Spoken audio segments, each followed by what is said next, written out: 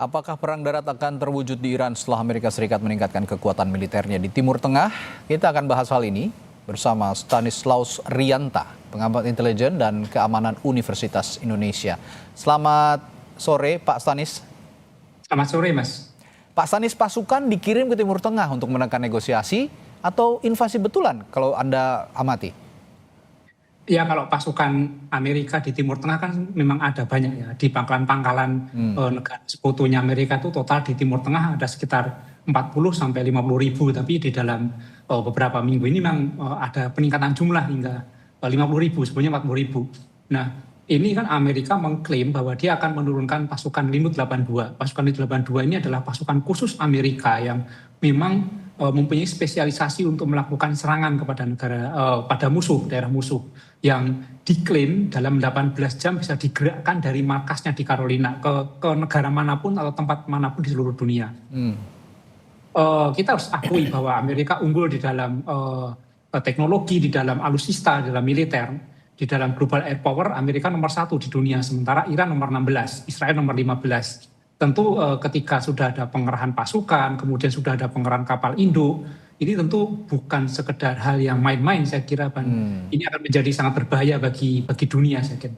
Oke, ya Pak Stanis, tapi begini, kemarin saya juga berbincang dengan beberapa analis militer dan juga intelijen, bahwa sekarang Amerika Serikat mengatakan akan terus mengirim pasukan, begitu ya, dan Iran juga taktiknya tidak kalah gencar, terus meluncurkan misil-misil mereka. Tapi yang menarik adalah Iran memecah kekuatan musuhnya, aliansi Amerika Serikat dan Israel. Ada beberapa titik misil Iran yang diluncurkan di tempat-tempat yang berbeda. Nah, apakah efektif cara ini untuk membuat Amerika juga terkecoh? Setidaknya meskipun mereka punya teknologi militer yang canggih, tapi ada metode-metode intelijen yang dimainkan oleh Iran dengan metode seperti ini.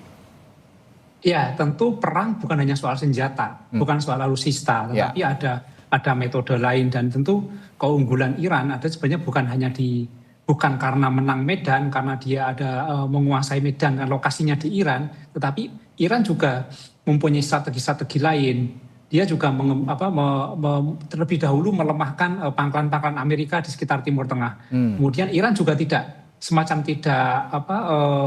bisa ditekan melalui pendekatan-pendekatan lain, termasuk ditekan oleh negara-negara di Timur Tengah yang mungkin menjadi mitranya Amerika. Dan ini nampak sekali bahwa Iran cukup tangguh, cukup berani untuk menantang Amerika, dan Iran juga sudah mengklaim bahwa dia juga sudah menyiapkan 1 juta milisi.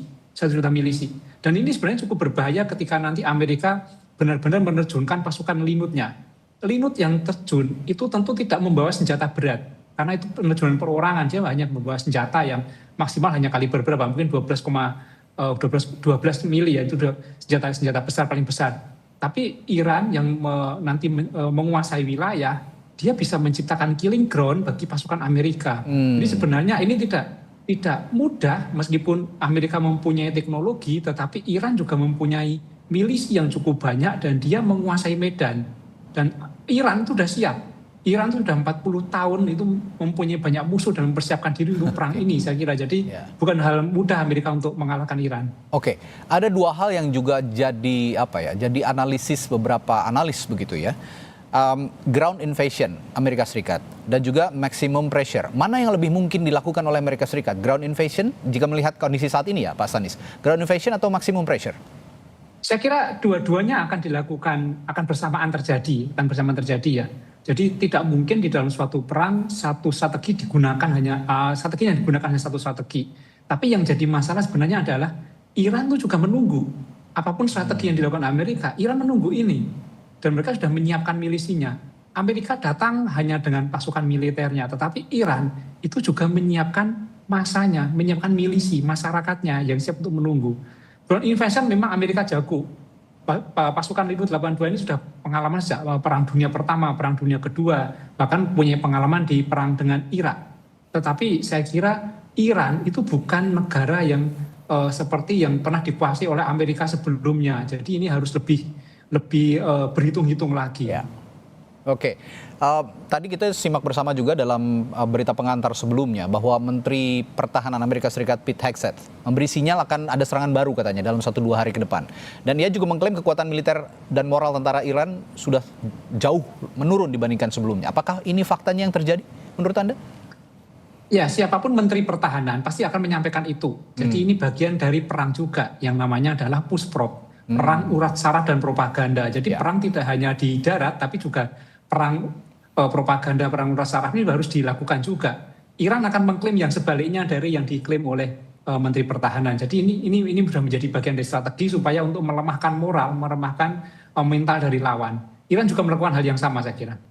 Oke, Iran melakukan hal yang sama. Dan saya tertarik dengan VEFAK, badan intelijennya mereka yang salah satu di dunia, salah satu yang cukup misterius begitu loh. Bagaimana cara kerja VEFAK sejauh ini untuk mengefektifkan serangan-serangan mereka ke sisi musuh begitu? Ya, intelijen itu bertugas untuk mencari informasi yang detail terkait lawan atau musuh secara detail. Dan memang salah satu intelijen yang sulit kita baca adalah Iran. Kita bahkan tidak tahu di mana markasnya, berapa jumlahnya, apa strateginya, kita sama sekali nggak tahu. Ya. Jadi ini sangat sulit sekali. Nah, ini justru yang membuat Amerika sebenarnya juga menjadi sulit untuk melakukan aksi ke Iran karena Iran tidak bisa dibaca dengan mudah. Tidak bisa dibaca dengan mudah. Misalnya bisa terbaca di mana markasnya, mungkin bisa diserang terlebih dahulu ya. Dan saya kira intelijen Iran bekerja dengan serius, terbukti dari beberapa kali serangan Iran kepada negara-negara sekutu Amerika di kawasan Teluk dengan aksi-aksinya itu cukup akurat mencari titik-titik serangan itu. Saya kira intelijen Iran cukup bergerak cukup berat.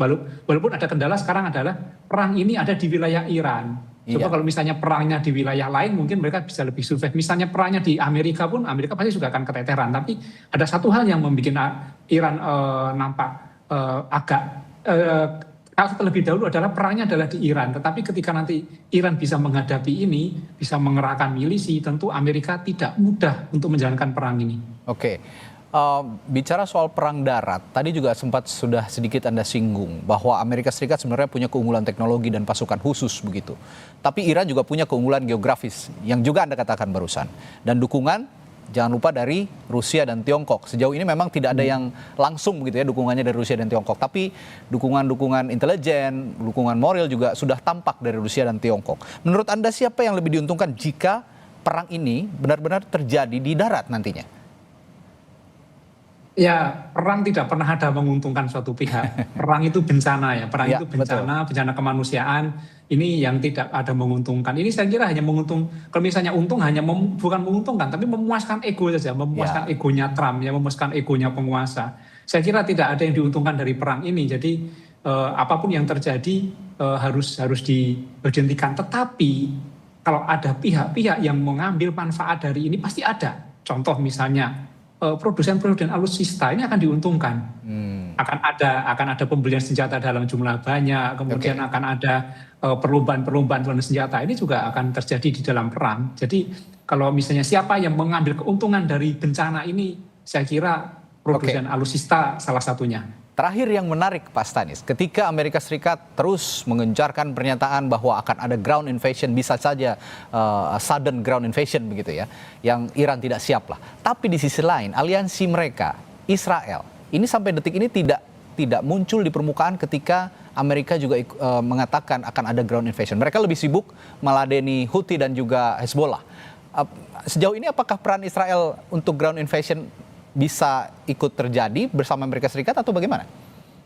Ini anomalinya. Jadi ketika Amerika mengatakan sudah banyak yang mendukung, tetapi ground invasion hanya hanya Amerika saja nampak sendirian. Ini menjadi anomali dan ini menjadi pertanyaan kita sebenarnya, apakah ternyata Amerika itu di bawah kendali Israel, menjadi proksinya Israel atau hal yang lain? Ini masih menjadi pertanyaan. Tapi Amerika sejauh ini nampak serius dengan mengerahkan pasukan, mengerahkan kapal induk, kemudian melakukan serangan, nampak serius. Dan Iran juga nampak serius.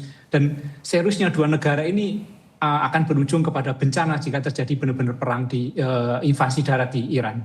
Oke, baik, analisis yang sangat menarik dari Pak Stanislaus Rianta, pakar intelijen dan keamanan Universitas Indonesia. Terima kasih perspektifnya telah disampaikan di Sapa Indonesia Malam, Pak Stanis. Sampai jumpa lagi. Selamat sore.